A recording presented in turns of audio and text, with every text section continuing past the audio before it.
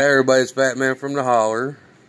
The other day when I was fishing, I found 3 geese feathers, and here they are right here. And I'm going to show you the differences between buying the feathers off Amazon and actually using wild bird feathers, because the geese nested by the pond. I seen them months ago. I didn't disturb them.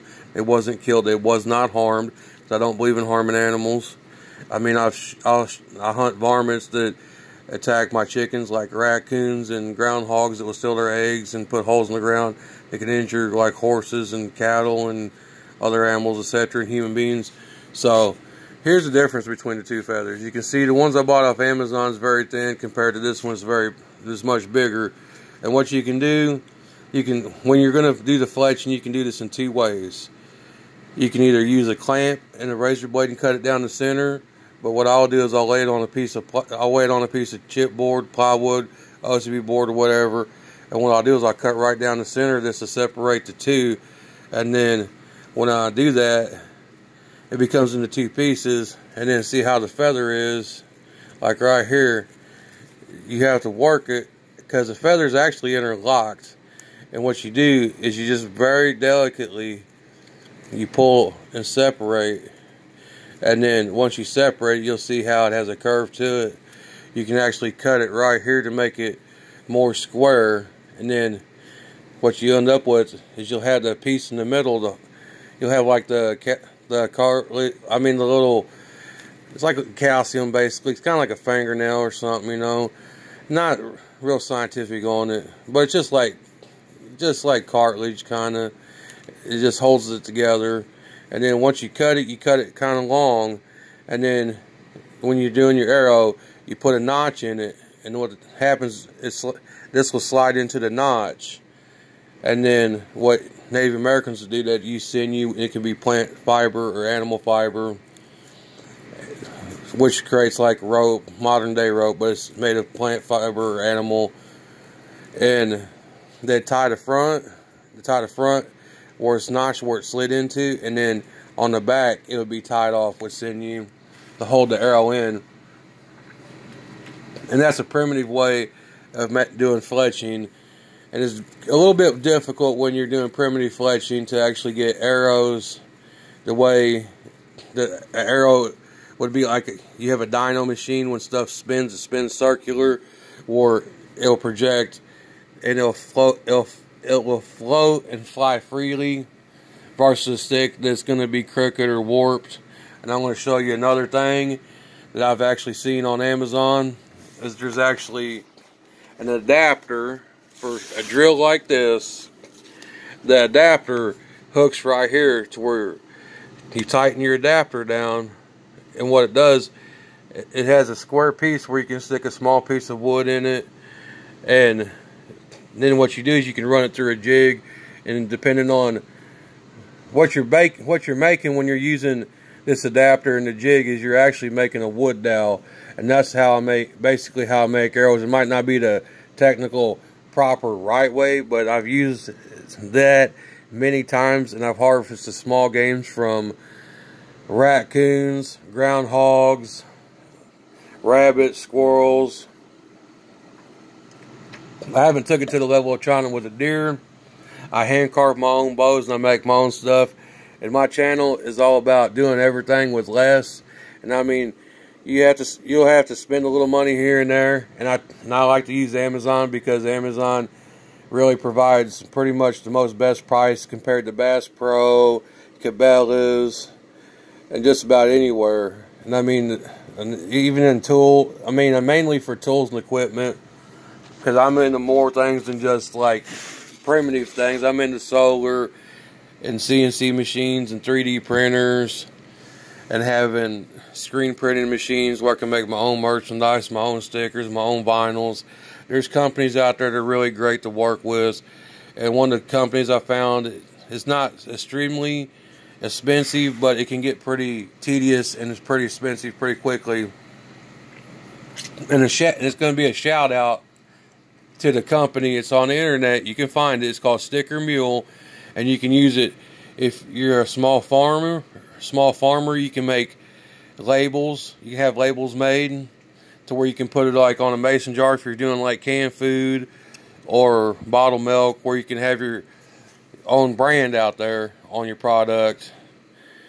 And it's just endless. And as I get stuff going a little bit better and I can ever get me a decent budget going, I'll show you guys, and I'll start investing in the screen printing stuff and 3D printers. And then when as a matter of fact, I can actually, a conservationist and the rules and stuff, you're not supposed to sell migration birds and stuff like that. But a lot of places like Cabela's, Bass Pro, they sell feathers, and people use these kind of feathers like geese feathers for fletching.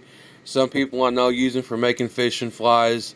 And no, I'm not harming an animal, but you have to be very cautious how you work with feathers, because you're not supposed to use you're not supposed to have owl feathers, and like in the state of Missouri per se, you're not supposed to have owl feathers, eagle feathers, hawk feathers, and different kinds of feathers, because they don't want people killing the birds.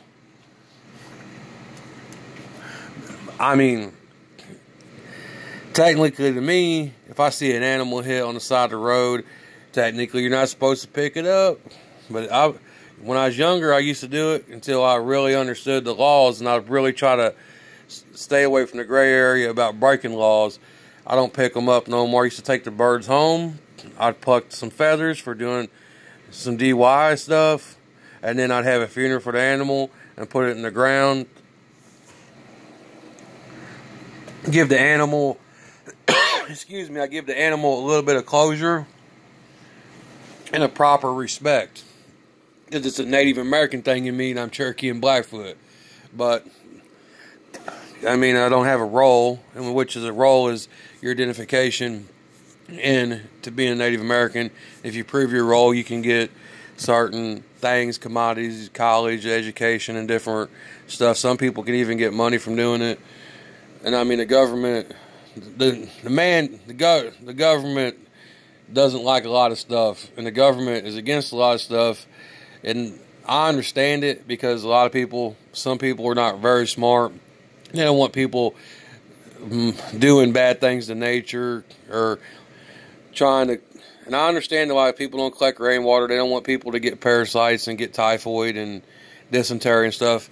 So I do understand all that, and I try to lay it all out there for you guys in the most accurate way of the understanding I have. I had a heat stroke. I've read on a lot of this for over a decade, so I can understand the legality parts of all this. And I also want to be profound and showing people how to do things that I do with very little to not a lot. Because you see people on YouTube, I'm not envious or jealous, but they'll have $50,000 in tools, and they'll make a $20 knife with $50,000 tools.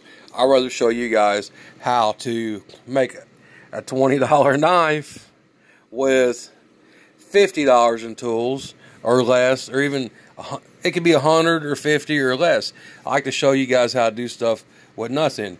And some of the other videos I'm going to make is showing how to take old Pushmore blades that may be bent or no good, and create machetes or knives, because it's really good metal, or making knives out of old horseshoes or railroad spikes. And then I haven't got farther into it, but I'm working my way into the introduction of polishing. And polishing is about having a Dremel, a rotary tool, to where you can actually work metal. And basically you have to have, and basically the biggest thing of doing polishing is having rouge. And rouge is a compound. It's no different. Rouge is like the catalyst, like putting calcium in concrete in wintertime, 2% calcium, so the concrete will set up. And rouge is like if you're doing casting of aluminum or metal, it's just as similar as using green sand, because there's different grades of green sand for casting of lead or metal.